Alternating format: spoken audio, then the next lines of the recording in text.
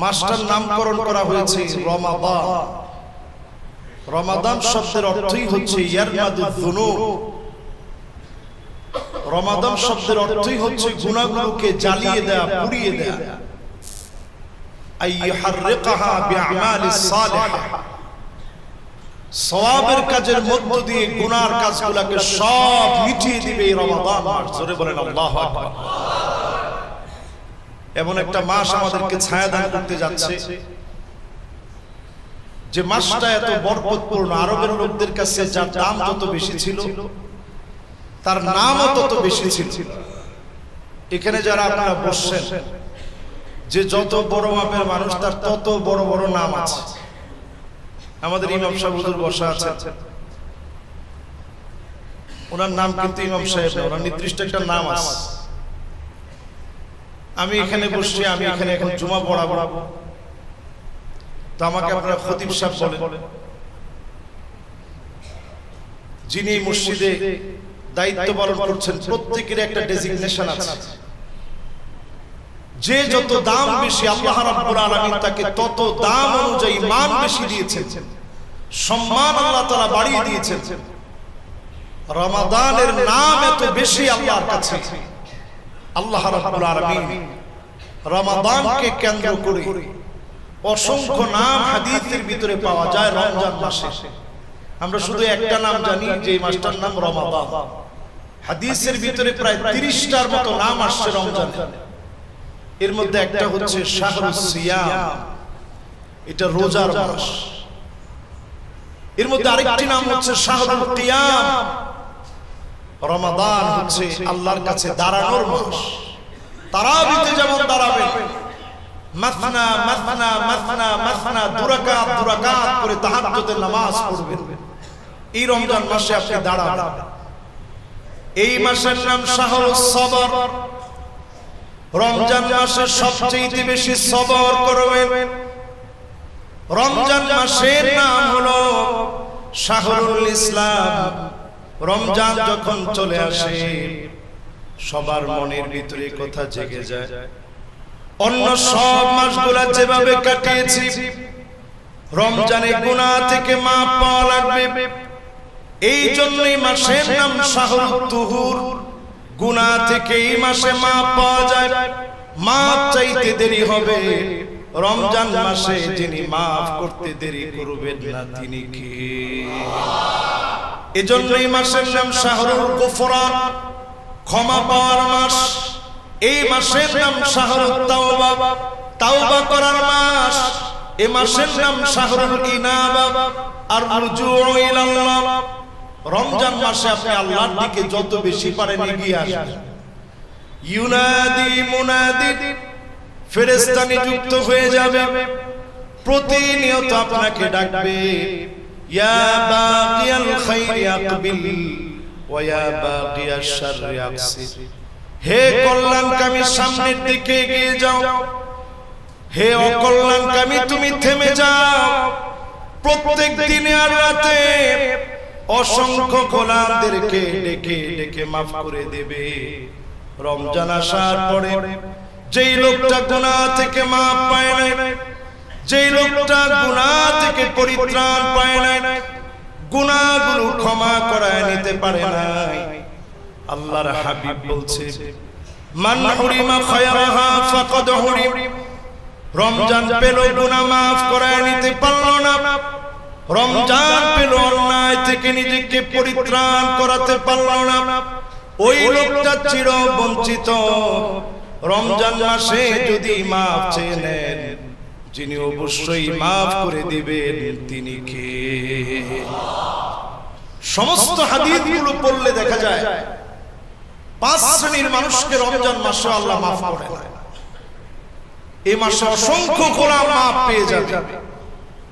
5 শ্রেণীর মানুষ রমজান আসলেও মাফ পাবে। তাহলে তারা কত বড় বঞ্চিত একটু চিন্তা করে। এত বড় মেহমান আপনার ঘরে আসছে, কিন্তু 5 শ্রেণীর মানুষ তখনও মাফ পায় না। এর মধ্যে 1 নাম্বার মুশরিক, যেই লোকটা শিরক করবে, আল্লাহ ছাড়া অন্যের কাছে যাবে, আল্লাহ ছাড়া অন্যের কাছে মাথা নোয়াবে, আল্লাহর কাছে অন্যের কাছে শরণাপন্ন হবে, আল্লাহ ছাড়া অন্যের কাছে ধর্ণা দিবে, এমন লোককে রমজানেও যিনি মাফ করবে না, ক্ষমা করে দিবে না, তিনি কে? রমজান পেয়েছি, শিরক ছাড়তে পারি নাই, রমজানও আপনার মাফ হবে না। রমাদান আসার আগে শিরকের গুনাহ যারা গুনাহগার, এখনই মাফ চাওয়ার সময়। আমরা অনেকেই মনে করি আমল তো অনেক করছি, আমলের তো কোনো অভাব নাই, আল্লাহ তো মাফ করবে, তিনি গফুর গফফার। আনানাস সামা, গুনাহগুলো যদি সমুদ্রের ফেনা পরিমাণ হয়ে যায়, আনানাস সামা মানে আকাশের মেঘমালা পর্যন্ত যদি পৌঁছে যায়, করাবাতুল আরদি খাতিয়াতান, সারা দুনিয়া যদি আপনার গুনাহ দিয়ে ভরপুর হয়ে যায়, শিরকের গুনাহ না করে, শিরকের মতো বড় অন্যায় না করে, সব গুনাহগুলো ডেকে ডেকে যিনি রমজান মাসে মাফ করে দিবেন, তিনি কে? এক নাম্বার পেলাম শিরকের গুনাহ আল্লাহ মাফ করে না। দুই নম্বরে মুশাহিদ, যেই লোকটার মনের ভিতরে হিংসা বিদ্বেষ ভরা, এই লোকটারে আল্লাহ রমজান মাসেও মাফ করে না। আচ্ছা, আমি যদি এবার আমাদের এই মসজিদে যদি জিজ্ঞাসা করি হিংসা নাই এরকম লোক কি আমরা আছি নাকি? যদি আমারই প্রশ্ন করেন যে হুজুর আপনার মনে হিংসা আছে কিনা, শয়তান একটা ফিতরতি ভাবে হিংসাটা আমার ভিতরে জাগ্রত করবে, এটা খুব স্বাভাবিক বিষয়। এটা থেকে বাঁচার উপায় কি? যখনই আপনার মনের ভিতরে হিংসা আসবে, যে ব্যক্তির জন্য আসলে একসঙ্গে পড়াশোনা করছেন, উনিও এখন অনেক বড় হয়ে গেছে, স্বাভাবিক তখন আপনার মাথার মধ্যে আকাশ ভেঙে পড়ার মতো অবস্থা, যে সে একসঙ্গে পড়লাম, সে এত বড় হয়ে গেছে আর আমি আমার জায়গায় রয়ে গেলাম। আল্লাহ সব তুমি তারই দিছো, আমারে আর তুমি দেখলাম। এই কথাটা বলাটা কুফরি, সরাসরি এটা কুফরি, মারাত্মক ধরনের বড় ধরনের গুনাহ। আপনি যখনই মনের ভিতরে হিংসা আসবে, আপনার ভাইয়ের জন্য দোয়া করবেন, পরক্ষণে দোয়া করার কারণে ফেরেশতারা আপনার জন্য দোয়া করবে।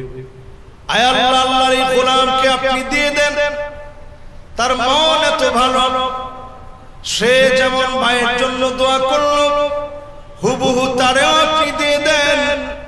এই দোয়ার কারণে আপনাকেও যিনি দিয়ে দিবেন, তিনি কে? এই জন্য খুব খেয়াল রাখা, সবসময় যখন মনের ভিতরে হিংসা আসবে, যে ভাইয়ের নামে হিংসা আসবে, আল্লাহ তার একটা পাঁচতলা বাড়ি হয়েছে, আমার তো কিছু নেই, আপনি দোয়া করবেন আল্লাহ পাঁচতলা একটা হয়েছে আরেকটা দেন। তার সন্তানগুলো প্রতিষ্ঠিত হয়ে গেছে, আপনি দোয়া করেন আল্লাহ আপনি একটা সন্তান তাকে প্রতিষ্ঠিত করেছেন, আল্লাহ তার প্রত্যেকটা সন্তানকে আপনি প্রতিষ্ঠিত করেন। যখন আপনি এরকম দোয়া করবেন, ফেরেশতারা আপনার জন্য দোয়া করবে, ওই যে দোয়া আপনি তার জন্য করলেন, হুবহু দোয়াটা ফেরেশতারা আপনার জন্য হয়ে যাবে। সুবহানাল্লাহ। এজন্য রমজান মাস আসার আগে এক নাম্বার ঠিক করা লাগবে, ইবাদত কার জন্য করছি? শুধুমাত্র আল্লাহর জন্য ইবাদত করা লাগবে। যত নামি দামি পীর হোক, আমি কোন পীরের বিরোধী নই, তবে কোন পীর আপনাকে তিল পরিমাণ কিচ্ছু দিতে পারে না, একমাত্র দিতে পারেন কে? এই মসজিদ থেকে কথা দ্ব্যর্থহীন কণ্ঠে আমরা বলতে চাই, কোন পীরের সামান্য কোনো ক্ষমতা নাই কোনো কিছু দেওয়া। জিন্দা অথবা মৃত কোন পীর কাউকে কিচ্ছু দিতে পারে না, একমাত্র যিনি দিতে পারেন তিনি কে? আপনারা মনের ভিতরে চিন্তা করতে পারেন যে হুজুর সবারে যদি দেয় তো আল্লাহর ভান্ডার থেকে তো কিঞ্চিত কমে যাওয়ার কথা। নাউজুবিল্লাহ বলেন। আল্লাহর ভান্ডারটা কত বড় একটু চিন্তা করে। লাউ ইন্না আওয়ালাকুম ওয়া ইনসাকুম ওয়া জিন্নাকুম ক্বামু ফি সাঈদিন ওয়াহিদিন, যদি এই দিল ব্যাপারে মসজিদের সব মুসল্লিরা মিলে, সারা দুনিয়ার সব মানুষগুলা মিলে, আর জিন যদি সাথে মিলে আল্লাহর কাছে একটা একটা করে চাইতে থাকে, আর আমার আল্লাহ যদি শুধু দিতে থাকে, মা নাকাসা মিম্মা যালিকা ইনদি ইল্লা কামা ইয়ানকুসুল মিখয়াতু ইযা উদখিলাল বাহর।